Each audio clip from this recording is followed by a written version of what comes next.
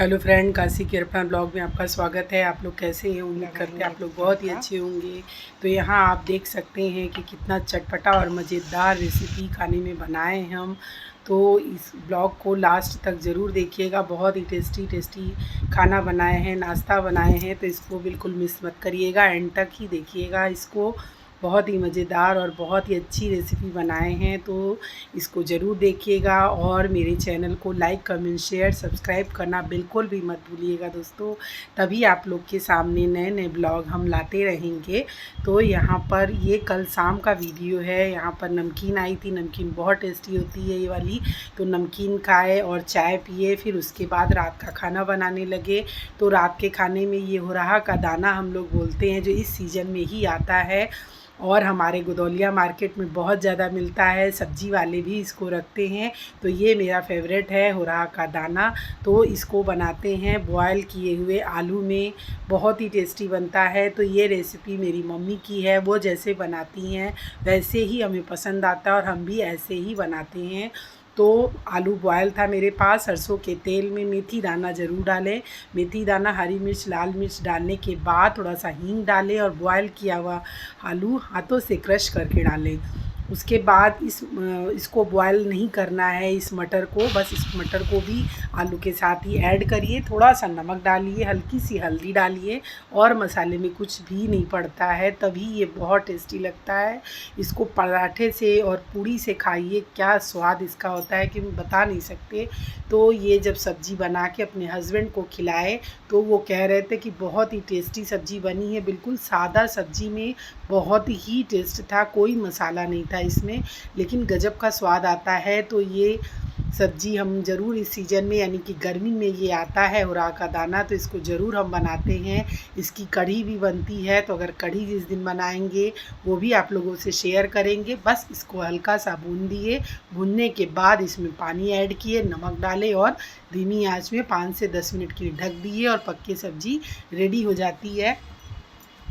तो ये सब्ज़ी खाने में बहुत ही मज़ेदार लगती है। इसको गरम गरम चावल से खाइए, पराठे से खाइए, रोटी से खाइए, बहुत अच्छी लगती है। तो ये कल रात का खाना था, होरहा के दाने की सब्ज़ी और गर्मा गर्म रोटी जो हम खाने लगे, बच्चे खाए। हस्बैंड तो इतनी तारीफ़ किए इस सब्ज़ी की कि बता नहीं सकते, क्योंकि मसालेदार सब्ज़ी खाते खाते भी सबका मन घबरा जाता है, डेली वही मसालेदार सब्ज़ी।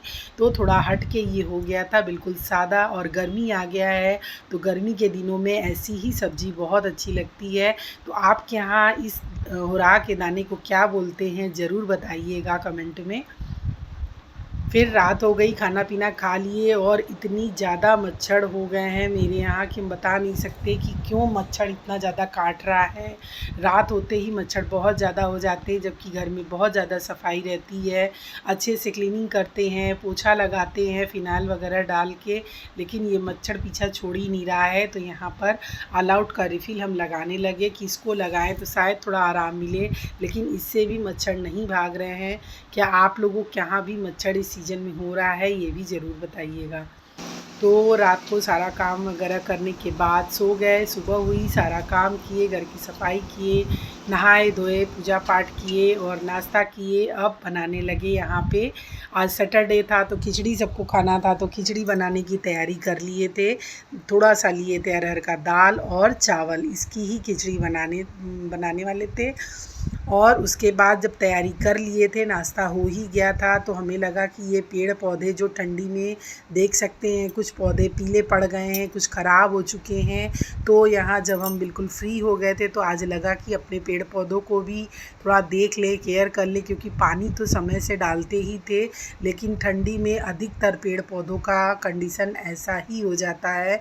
तो इन सारे पौधों से हमको बहुत लगाव है। मेरे पेड़ पौधे जो हम अपने हाथ से लगाए हैं, तो इनका केयर भी हम अपने हाथ से ही करते हैं। समय समय पे अच्छे से इसमें फर्टिलाइज़र वगैरह डालते रहते हैं पौधों में, ताकि ये में जान बनी रहे और ये खिले रहें।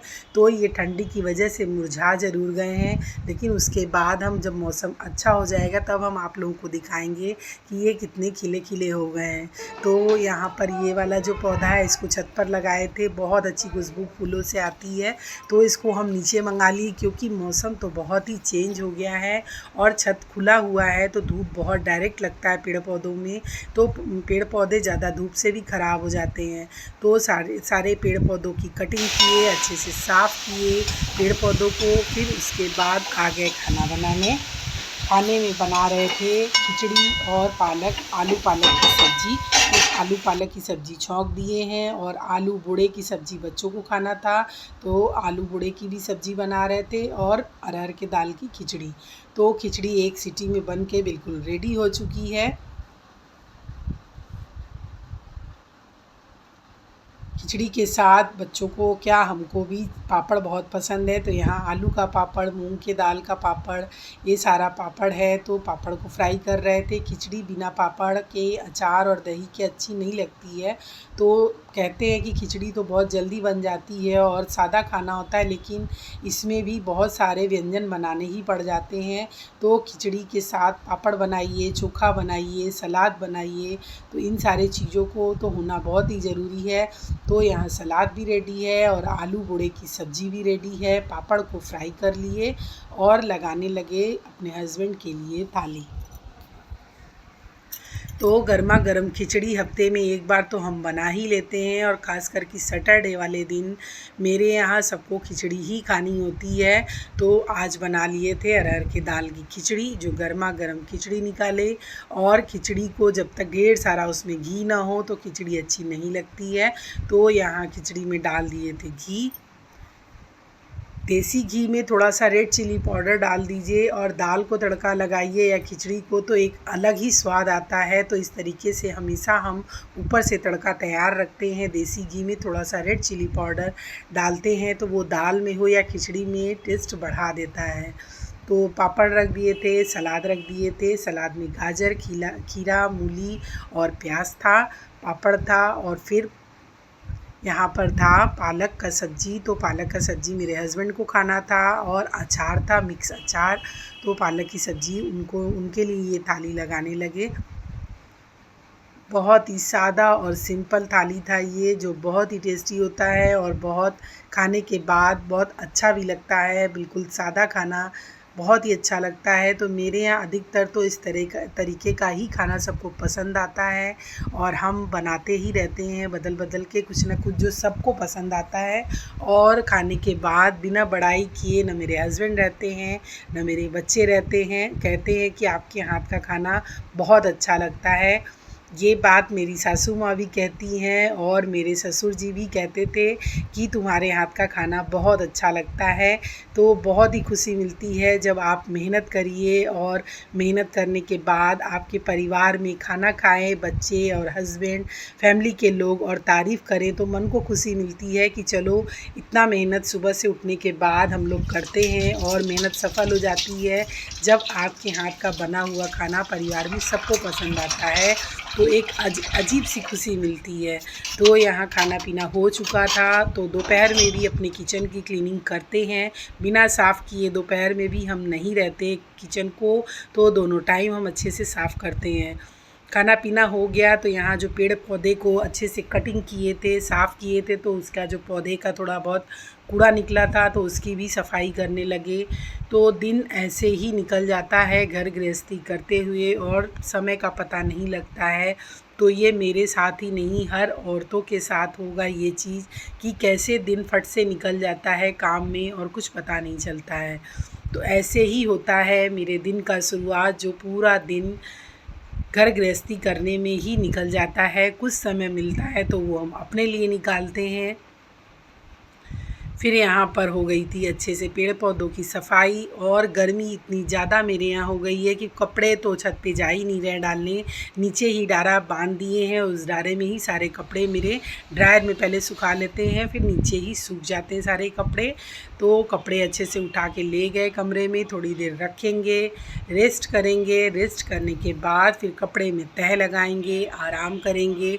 फिर हो जाती है शाम। तो शाम होते ही बच्चों को कुछ ना कुछ नाश्ता चाहिए चाय के साथ, और हमें भी भूख ज़ोरों से लगती है। तो यहाँ मूंग के दाल को अच्छे से पीस लिए थे, रात में भिंगाए थे और सुबह अच्छे से पीस के फ्रिज में ही रख लिए थे। किसी को नाश्ता नहीं करना था तो हस्बैंड को थोड़ा सा इसका चीला दिए और जो बच गया उसको फ्रिज में रख लिए थे। शाम हुई तो इसकी पकौड़ी बनाए थे। ये पकौड़ी गजब की टेस्टी लगती है। तो इसको तेल में, सरसों के तेल में बनाते हैं, बहुत अच्छा लगता है। ले तो रहे थे आधा ही चम्मच, लेकिन देखिए कितने अच्छे से फूल चुकी है। फूल के बहुत बड़ी बड़ी हो जा रही है साइज़ में। तो बहुत टेस्टी लगती है ये मूंग के दाल की पकौड़ी, जिसमें हरा लहसुन, हरा धनिया और हरी मिर्च, थोड़ा सा नमक डालते हैं और कुछ भी नहीं डालते हैं। तो चाय के साथ ही गजब की टेस्टी लगती है। तो शाम हुई, हम और मेरा जो छोटा वाला बेटा है, दोनों बहुत चटोरे हैं। तो हम दोनों बैठ के ही ये दोनों खा लेते हैं। और मेरे जो हस्बैंड हैं और बड़ा वाला जो बेटा है वो बस टाइम टू टाइम ही खाते हैं। उन लोगों को इतनी भूख नहीं लगती जितनी हमें और मेरे छोटे बेटे को लगती है। तो गर्मा गर्म एकदम कुरकुरी करारी सी पकौड़ी मूंग के दाल की तैयार हो गई। इसको हम और मेरे बेटे खाते हैं। मिलते हैं आप लोगों से नए ब्लॉग में। ब्लॉग मेरा कैसा लगा ज़रूर बताइएगा। ब्लॉग को लाइक, कमेंट, शेयर, सब्सक्राइब करना बिल्कुल भी ना भूलें। फिर मिलेंगे आप लोगों से नए ब्लॉग में। आप सभी को नमस्कार दोस्तों।